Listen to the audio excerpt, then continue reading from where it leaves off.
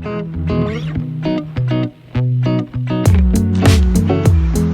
Friends, स्वागत है दोबारा। तो आज हम लोग देख रहे हैं इरिगेशन इंजीनियरिंग में सॉइल वाटर कांस्टेंट्स।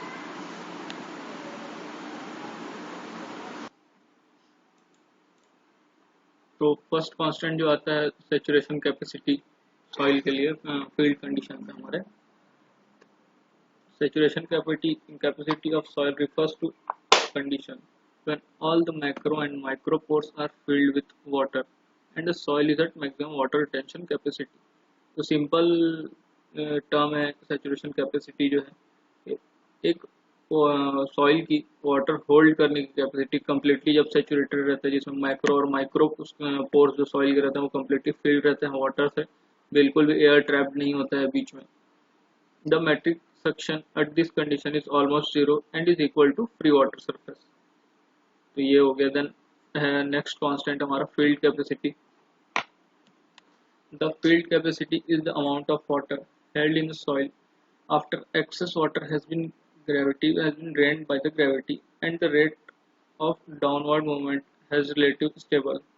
तो फील्ड कैपेसिटी जो वो अमाउंट ऑफ वाटर है जो कि एक्सेस जो वाटर होता है सॉइल में, जो फ्री वाटर होता है वो ग्रेविटेशनल वाटर के ग्रेविटी के बेसिस पे, ग्रेविटी के कारण जो वो सॉइल से फ्लो होके बाहर हो जाता है।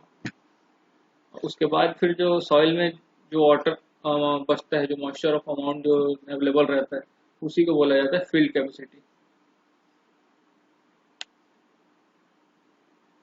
विच usually takes place within 1 to 3 days after a rain और इरिगेशन। तो 1 से 3 दिन के बाद जो हमको किसी सॉइल की फील्ड कैपेसिटी ऑब्टेन होती है, क्योंकि 1 से 3 दिन तक के जो अवेलेबल जो वाटर रहता है, जो सेचुरेटेड कम्प्लीटली सॉइल है, उसमें जो एक्स्ट्रा वाटर रहता है वो ग्रेविटी के कारण ड्रेन होकर निकल जाता है वहाँ से। उसके बाद जो फिर अमाउंट ऑफ वाटर जो बचता है फील्ड में, वही होता है हमारी field capacity of that soil.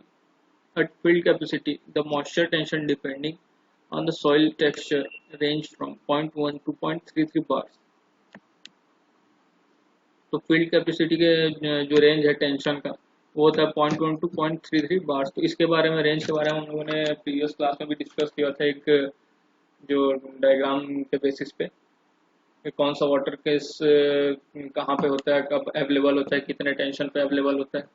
तो फील्ड कैपेसिटी ये हो गया। Then field capacity is the upper limit of available soil moisture. तो इस फिगर में आप देख सकते हैं, पिछली क्लासेस में हम लोगों ने देखा था, ये फील्ड कैपेसिटी है 0.33 बार, 0 to 0.33 बार तक के जो इसकी लिमिट होती है। यहाँ पे 0.1 दिया गया, जनरली जो है 0 to 0.30 कंसिडर किया जाता है। ये जो है अपर लिमिट ऑफ अवेलेबल वाटर है, क्योंकि यहीं से कैपिलरी वाटर स्टार्ट होता है और कैपिलरी वाटर के अंदर ही जो है अवेलेबल वाटर प्रेजेंट रहता है। टाइप्स ऑफ वाटर के बारे में इसमें देखा था, सेचुरेशन, फील्ड कैपेसिटी, देन 15 बार पे विल्टिंग पॉइंट, देन 31 बार पे हाइग्रोस्कोपिक वाटर जो है वो अवेलेबल रहता है। The field capacity is greatly influenced by soil texture, finer the soil particle, higher the water retention due to very large surface are, and vice versa. It can be seen from table. The moisture content and field capacity of clay soil is much higher, 40% as compared to that of coarse sand, 10%। तो यहाँ पे बात की जा रही है basically कि जो जितना फाइनल पार्टिकल रहेगा सॉइल में, उतनी ही ज़्यादा उसकी फील्ड कैपेसिटी बढ़ेगी। लाइक क्ले और सैंड के रिस्पेक्ट में बात करें तो क्ले पार्टिकल में बहुत छोटे छोटे स्मॉल पार्टिकल्स ज़्यादा होते हैं एज कम्पेयर टू सैंड, क्योंकि क्ले का जो पार्टिकल साइज है वो लेस देन 0.002 mm होता है, लेकिन सैंड के जो पार्टिकल साइज है वो उससे काफ़ी ज़्यादा बड़े बड़े होते हैं। तो उस बेसिस पे बात की जाए तो क्ले सॉइल की जो वाटर होल्डिंग कैपेसिटी है, फील्ड कैपेसिटी है, वो ज़्यादा होती है। Field capacity of soil can be determined by ponding water over the area of 2 to 5 meter square for 2 to 3 days, with surface evaporation prevented by spreading polythene sheet on thick straw mulch over the soil surface। After 3 days, soil sample from the different depth will give the field capacity। As a rule of thumb, 1 day drainage will generally be adequate for sandy soil, 2 day for silty loam soil, and 3 day for silty clay loam soil। ये हो गया experiment के basis पे field capacity किसी soil की कैसे determine करनी है। Then next constant है permanent wilting point. Permanent wilting point is considered as low limit of available water. इस फिगर में देख सकते हैं wilting point. अब इसके भी और टाइप्स होते हैं, permanent wilting point and ultimate wilting point. तो यहाँ पे पहले परमानेंट wilting point को देख रहे हैं. At this stage, water is held tightly by soil particles that the roots can no longer obtain enough water to satisfy the transpiration requirements and remain wilted unless the moisture replenished. The moisture tension apparent at permanent wilting point is about 15 bars. तो इस point पे जो है ये available water जो वो completely remove हो जाता है विल्टिंग पॉइंट पे. 0.33 टू 15 बार का जो रेंज है प्रेशर टेंशन रेंज वो होता है अवेलेबल वाटर का रेंज. उसी में ही जो वाटर है वो प्लांट के लिए अवेलेबल होता है उसी रेंज में. अब इससे ज़्यादा कहीं टेंशन बढ़ रही है सॉइल में, मतलब वाटर जो है अवेलेबल वाटर वहाँ से निकल चुका है उस रेंज से. तो उस कंडीशन में 15 बार्स के कंडीशन पे जो प्लांट है वो सॉइल से वाटर एक्सट्रैक्ट नहीं कर सकती, क्योंकि वहाँ पे प्रेशर जो है सॉरी टेंशन जो है बहुत ज़्यादा हो जाता है 15 बार्स वाटर इनटेक के लिए प्लांट रूट से. अब इस कंडीशन पे अगर यहाँ पे फील्ड में वाटर नहीं दिया जाता, इरिगेशन या जो रेनफॉल नहीं होती है, तो फिर प्लांट के डाई होने की कंडीशन भी आ सकती है. देन नेक्स्ट है available soil moisture. Available soil moisture is the moisture between the field capacity 0.33 bars and permanent wilting point 15 bars. ठीक है, which is referred as readily available water RAW for plant growth. The water present above the field capacity and below the permanent wilting point is not available for the plant. तो वही जो range होता है 0.32 to 15 बार, मतलब field capacity से permanent building point के बीच का जो वाटर है वही अवेलेबल होता है वाटर प्लांट के लिए यूज के लिए. The available soil moisture is expressed as depth of water per unit of soil and is calculated according to the formula TAW is equal to theta FC minus theta PWP into DRZ, जहाँ पे TAW है total available water, theta FC है volumetric moisture content at field capacity fraction और theta PWP है volumetric water constant at permanent wilting point fraction में, and DRZ है depth of root zone. ये एक फिगर के थ्रू यहाँ पे समझाया जा रहा है कि सैचुरेशन फील्ड कैपेसिटी और परमानेंट बिल्डिंग पॉइंट पे किस टाइप की कंडीशन हो सकती है. ये सैचुरेटेड कंडीशन है, मतलब सभी जो सॉइल पोर्स है वो कम्प्लीटली फिल्ड है वाटर से. अब फील्ड कैपेसिटी में बात की जाए तो जो वाटर है एक्सेस वाटर है सॉइल में वो ग्रेविटी के कारण जो है फ्लो होके निकल जाती है उस मीडियम से. यहाँ पे देख सकते हैं ग्रेविटी के बेसिस पे जो फ्लो होके वाटर जो है रिमूव हो गया. उसके बाद जो मॉइस्चर टेंशन सॉइल पार्टिकल्स और वाटर मॉलिक्यूल्स के बीच टेंशन की वजह से बॉन्डिंग की वजह से जो वाटर फील्ड में जो बचता है अवेलेबल रहता है उसी को बोला जाता है फील्ड कैपेसिटी. जहाँ पे कुछ पोर्स जो है वो वाटर से फिल होते हैं और कुछ एयर से. अब परमानेंट बिल्डिंग पॉइंट की कंडीशन आती है तब वाटर जो है वो फील्ड में कम्प्लीटली रिमूव हो जाता है, पार्टिकल जो है ड्राई हो चुके होते हैं, और इस कंडीशन पे अगर इरिगेशन या वाटर जो फील्ड में नहीं मिलता है तो प्लांट जो मर भी सकता है.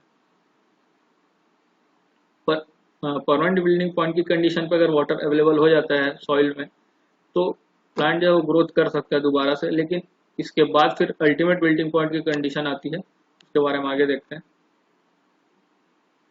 तो ये टेबल दिया हुआ है यहाँ पे थीटा एफसी थीटा डब्ल्यूपी और अवेलेबल वाटर कंटेंट के लिए. डिफरेंट सॉइल के लिए वैल्यूज दी हुई है, poor sand, sandy loam soil, silt loam clay etcetera.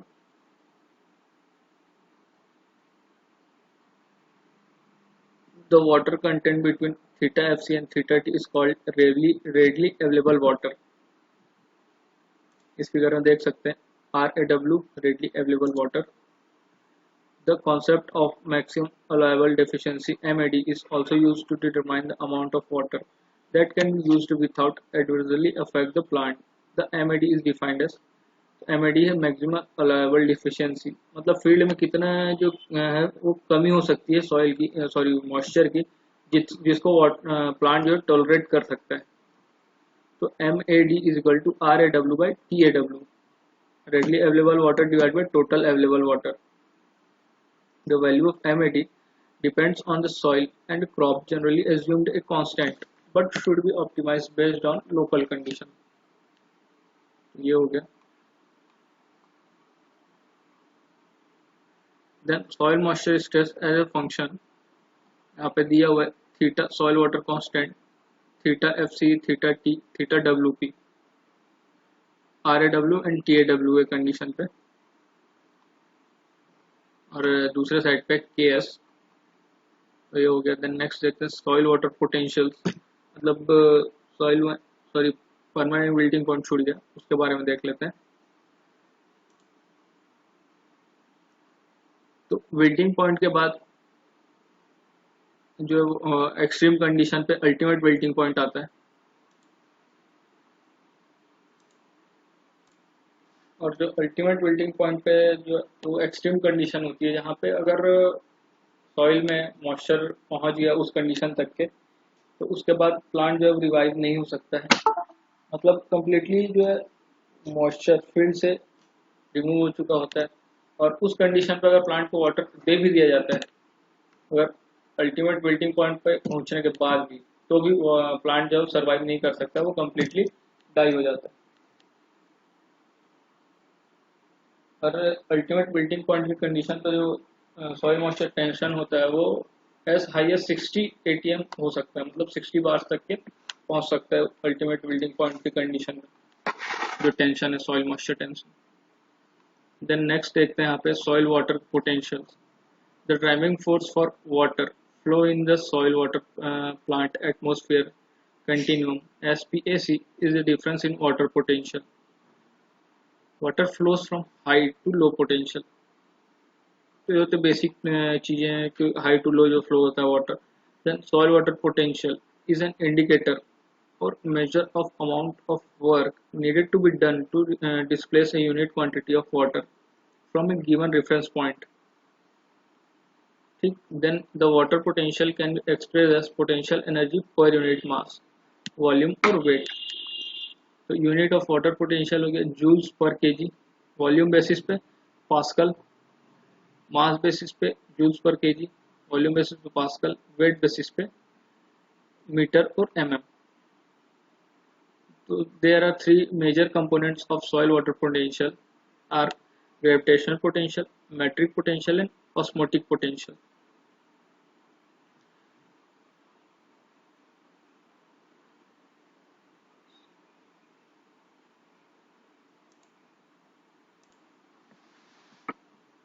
तो ये दिया हुआ है फॉर्मूला मॉइस्चर कांस्टेंट के लिए, सॉरी सॉइल वाटर पोटेंशियल के लिए.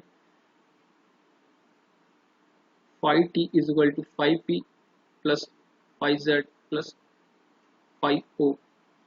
phi t है total water potential, phi p है pressure potential, gravitational potential, phi z, phi o osmotic potential. तो यहाँ पे देखते हैं फर्स्ट ग्रेविटेशनल पोटेंशियल के बारे में.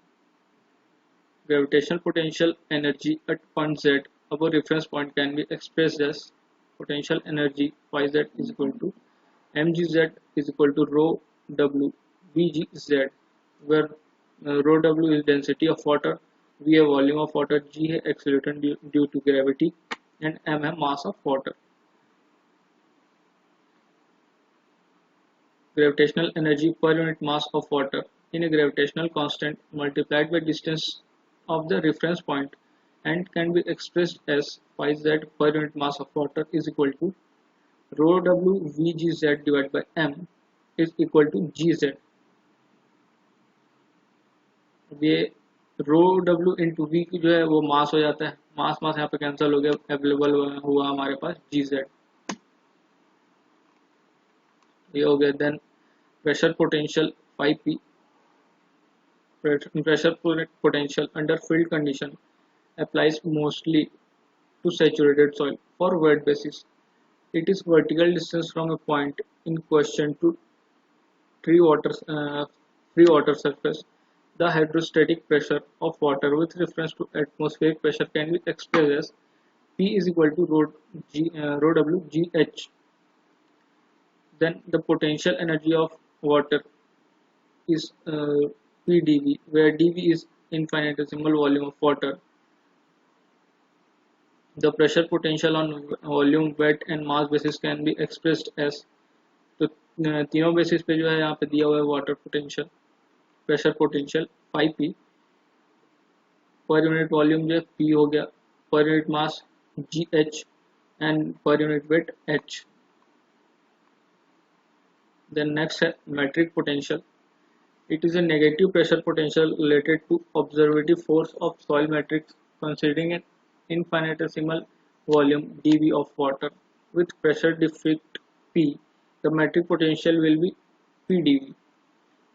तो वॉल्यूम मास और वेट बेसिस पे मेट्रिक पोटेंशियल दिया हुआ है यहाँ पे.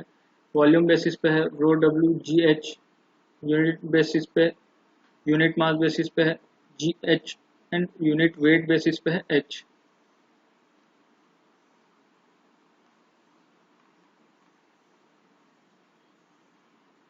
Then next है osmotic potential.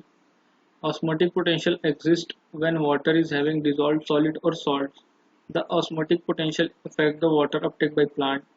The osmotic potential is nearly zero where rainfall is significant and irrigation is nearly free of salt. That is, the concentration of salt in the soil is generally low. तो osmotic potential जो है वो basically salt present in water और soil पे जो है वो depend करता है. सॉइल पे जो सॉल्ट प्रेजेंट रहता है उस पर या फिर इरिगेशन वाटर के थ्रू सॉइल को जो है सॉल्ट अवेलेबल हो रहा है उस पर डिपेंड करता है.